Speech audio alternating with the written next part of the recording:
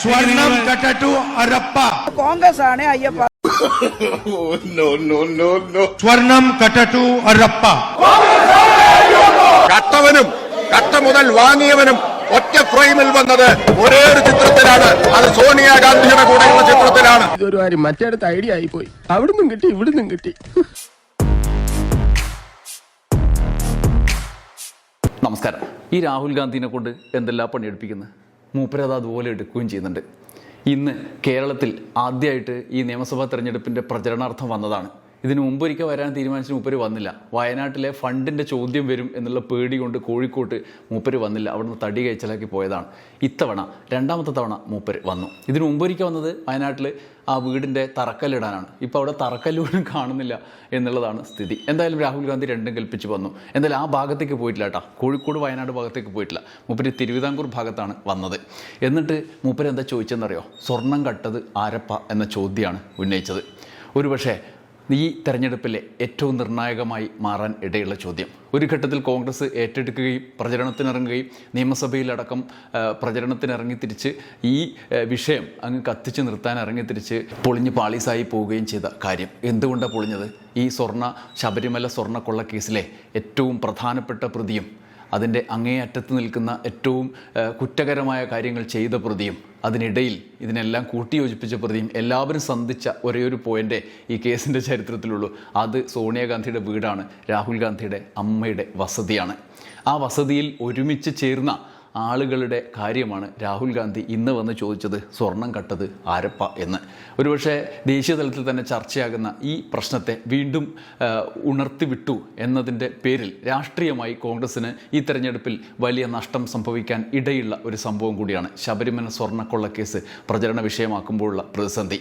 അവരെ തന്നെ വീണ്ടും വീണ്ടും വിലയിരുത്തപ്പെടാനുള്ള സാഹചര്യം അവർ ഒരുക്കി വെക്കുകയാണ്. രാഹുൽ ഗാന്ധിയുടെ ആ ചോദ്യത്തിൽ നിന്ന് നമുക്ക് തുടങ്ങാം. സ്വർണം കട്ടവൻ ആരപ്പ. സ്വർണം കട്ടു അരപ്പ. കോൺഗ്രസ് ആണ് അയ്യപ്പ. സ്വർണം കട്ടു അരപ്പ. കോൺഗ്രസ് ആണ് Ayyappa. It's very interesting because Sonia Gandhi 2 പ്രാവശ്യം സ്വർണം കട്ടവർ കാണാൻ പോയതിനെ പറ്റിയൊന്നും മിണ്ടുന്നില്ലല്ലോ. സ്വർണം കട്ടു അരപ്പ. കോൺഗ്രസ് ആണ് അയ്യപ്പ. സർ, സോണിയാഗാന്ധി അറസ്റ്റ് ചെയ്ത് ചോദ്യം ചെയ്യണം. സോണിയാഗാന്ധി അറസ്റ്റ് ചെയ്ത് ചോദ്യം ചെയ്യണം. സോണിയാഗാന്ധിയുടെ വീട് റെയ്ഡ് ചെയ്യണം. കട്ടവനും കട്ട മുതൽ വാങ്ങിയവനും ഒറ്റ ഫ്രെയിമിൽ വന്നത് ഒരേ ഒരു ചിത്രത്തിലാണ്. അത് സോണിയാഗാന്ധിയുടെ കൂടെയുള്ള ചിത്രത്തിലാണ്. കട്ടവനെയും കട്ട മുതൽ വാങ്ങിയവനെയും നിങ്ങൾക്ക് ഒരിടത്തെ കാണാൻ പറ്റൂ. അത് സോണിയാഗാന്ധിയുടെ കൂടെയാണ്. സ്വർണം കട്ടു അരപ്പ. സ്വർണം കട്ടു അരപ്പ. From this line you can understand the truth of the election in Kerala. Congress ആണ് അയ്യപ്പ. ഇതൊരു കാര്യം മറ്റേടത്ത് ഐഡിയ ആയിപ്പോയി. അവിടുന്നും കിട്ടി ഇവിടുന്നും കിട്ടി. ശബരിമല സ്വർണ്ണ കൊള്ളക്കേസ് രാഹുൽ ഗാന്ധി കേരളത്തിൽ ഈ നിയമസഭാ തെരഞ്ഞെടുപ്പ് പ്രചരണത്തിൽ വന്ന് ഉന്നയിച്ച ഏറ്റവും പ്രധാനപ്പെട്ട കാര്യം. എന്നാൽ രാഹുൽ ഗാന്ധി പറയേണ്ട ചില കാര്യങ്ങൾ പറഞ്ഞിട്ടുമില്ല. എന്തിനാണ് പോറ്റി മുതൽ ഏറ്റവും ഒടുക്കം ആ ബെല്ലാരിയിലെ മഹാൻ വരെ സോണിയാഗാന്ധിയുടെ വീട്ടിൽ പോയത്? എന്താണ് സോണിയാഗാന്ധിക്ക് കൊടുത്ത സമ്മാനം? ഈ 3 പേരും സ്വർണം കട്ടവരും അത് കൊണ്ടുപോയി ഉരുക്കിയവരും അത് വിൽക്കുമ്പോൾ വാങ്ങിച്ച ആളും, അതായത് ഈ ഒരു ക്രൈമിൻ്റെ റൗണ്ട് പൂർത്തിയാക്കപ്പെടുന്ന മുഴുവൻ പ്രതികളും ഒരു സ്ഥലത്ത് തൻ്റെ അമ്മയുടെ വീട്ടിൽ, തൻ്റെ അമ്മയുടെ ഔദ്യോഗിക വസതിയിൽ, തൻ്റെ കൂടി വീടാണല്ലോ, അവിടെ എന്തിനാണ് വന്നത് എന്ന് രാഹുൽ ഗാന്ധി വിശദീകരിക്കേണ്ട ഒരു ഉത്തരവാദിത്വം അദ്ദേഹത്തിനുണ്ടായിരുന്നു. അത് അദ്ദേഹം നിർവഹിച്ചില്ല. മാത്രമല്ല, ഇവിടെ വന്നിട്ട് ഇപ്പോഴത്തെ ഈ കൊള്ള കേസിൻ്റെ സാഹചര്യത്തിൽ എന്താണ് തങ്ങളുടെ ഉത്തരവാദിത്വം എന്ന് വിശദീകരിക്കാൻ തയ്യാറാകാതെ സ്വർണം കട്ടവൻ ആരപ്പ എന്ന് ചോദിക്കുമ്പോൾ സ്വർണം കട്ടത് കോൺഗ്രസ്സുകാരപ്പ എന്ന് എതിരാളികൾ, പ്രത്യേകിച്ചും CPMകാർ പറയുന്നത് കേൾക്കേണ്ട സാഹചര്യം, നിസ്സഹായനായി കേട്ടു നിൽക്കേണ്ട സാഹചര്യം.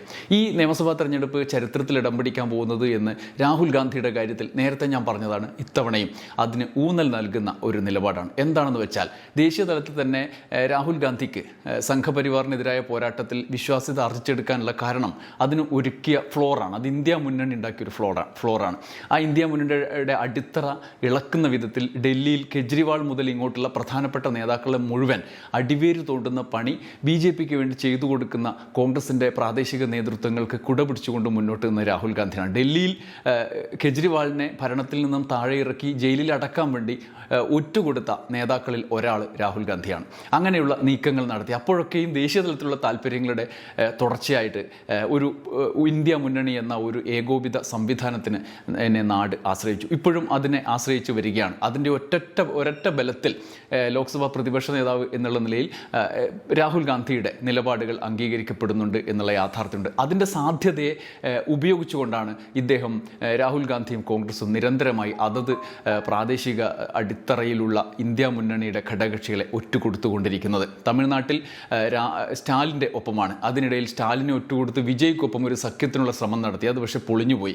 ബംഗാളിൽ മമതാ ബാനർജി ഇതുപോലെ കേരളത്തിനേത് സമാനമായ ആരോപണം അവിടെ കോൺഗ്രസ് ഉന്നയിക്കുന്നുണ്ട്. ദേശീയ തലത്തിൽ തന്നെ BJPയുമായുള്ള സഖ്യം എന്ന് പറഞ്ഞ് അവിടെ ഒരു പണി ഒപ്പിച്ചു.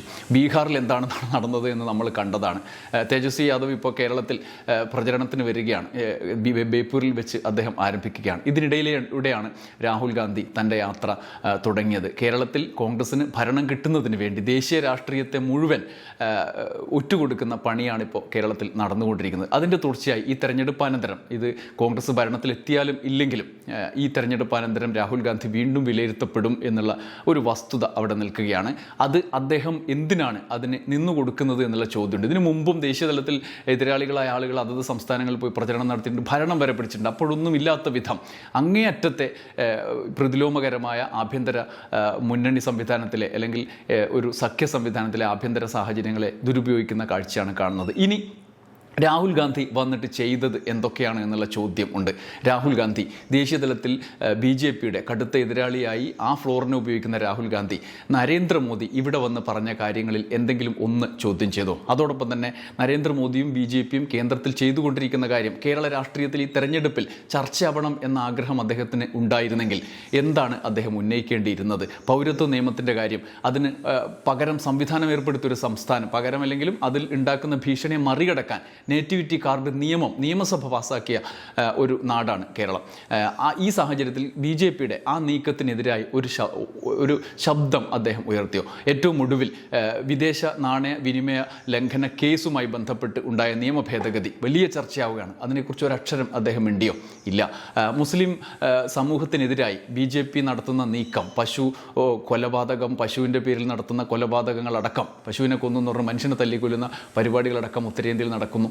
അതിനെക്കുറിച്ച് ഈ നിയമസഭാ തെരഞ്ഞെടുപ്പിൽ BJPക്കെതിരെ ചർച്ച ഉയരണമെന്ന് രാഹുൽ ഗാന്ധി ആഗ്രഹിക്കുന്നുണ്ടോ? അന്വേഷണ ഏജൻസികളെ വെച്ച് ദേശീയ തലത്തിൽ ഉയർത്തുന്ന നീക്കങ്ങൾ, അതിൽ രാഹുൽ ഗാന്ധിയുടെ നിലപാടെന്താണ്? പിണറായി വിജയൻ എന്താണ് പിടിച്ചോണ്ടോകത്ത് ചോദിക്കുന്നതല്ലാതെ നാഷണൽ ഹെറാൾഡ് കേസിലടക്കം ഇത്രയധികം കാര്യങ്ങൾ ഉണ്ടായിട്ട് ഒരു ഇലക്ട്രൽ ബോണ്ട് കേസിൻ്റെ തുടർച്ചയായി, DLFൻ്റെ ഇലക്ട്രൽ ബോണ്ട് നിക്ഷേപത്തിൻ്റെ തുടർച്ചയായി രാഹുൽ ഗാന്ധിയുടെയും സോണിയാഗാന്ധിയുടെയും റോബർട്ട് വദ്രയുടെയും അടക്കം പേരിലുള്ള കേസുകൾ മെല്ലെപ്പോയി ആയി.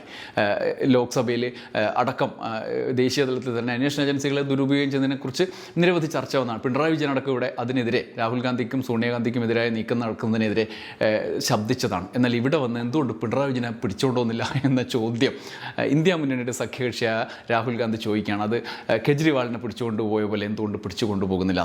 ഇമാതിരി നീക്കങ്ങളാണ് രാഹുൽ ഗാന്ധി കേരളത്തിൽ വന്ന് നടത്തുന്നത്. അതിന് പകരം നേരത്തെ പറഞ്ഞതുപോലെ നരേന്ദ്രമോദിക്കെതിരെ BJPക്കെതിരെ ഒരു ശബ്ദം അദ്ദേഹം ഉയർത്തിയോ എന്നുള്ളതാണ്. അത് ചോദിക്കുമ്പോൾ പറയും മുപ്പര് സ്നേഹത്തിൻ്റെ കടയാണ്, അങ്ങനത്തെ ശബ്ദമൊന്നും ഉയർത്തില്ല.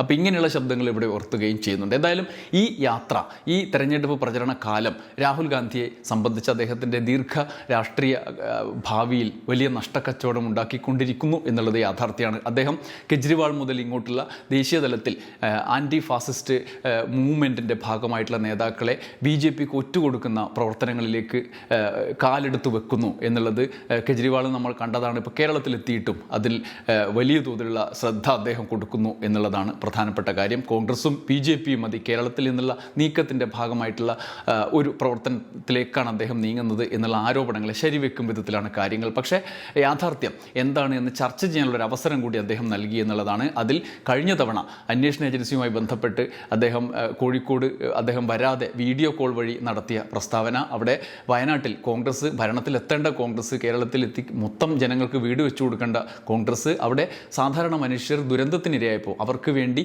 പണം പിരിച്ച് ആ പണം മുക്കി മാറ്റിവെച്ച അവസ്ഥ നമ്മുടെ മുമ്പിൽ ചർച്ച ചെയ്യപ്പെടുമ്പോൾ, ആരോപണങ്ങൾ വരുമ്പോൾ അതിനെക്കുറിച്ച് വിശദീകരിക്കാനുള്ള സാഹചര്യത്തിൽ നിന്നും രാഹുൽ ഗാന്ധി തന്നെ മുങ്ങാണ് ചെയ്തത്. അന്ന് അവിടെ പരിപാടിക്ക് വന്നില്ല. ഇപ്പോൾ അദ്ദേഹം കേരളത്തിൽ എത്തിയതിന് ശേഷം നടത്തുന്നത് അങ്ങനെ ഒരു പരിപാടിയെ നടന്നു, അവിടെ അങ്ങനെ ഒരു പ്രശ്നമേ ഉണ്ട് എന്നുള്ള കാര്യമേ മൈൻഡ് ചെയ്യാതെ, തൻ്റെ മുൻ മണ്ഡലത്തിലെ സാഹചര്യം പോലും മൈൻഡ് ചെയ്യാതെ നേരെ സ്വർണം കട്ടവനാരപ്പ എന്ന ചോദ്യമാണ് ചോദിക്കുന്നത്.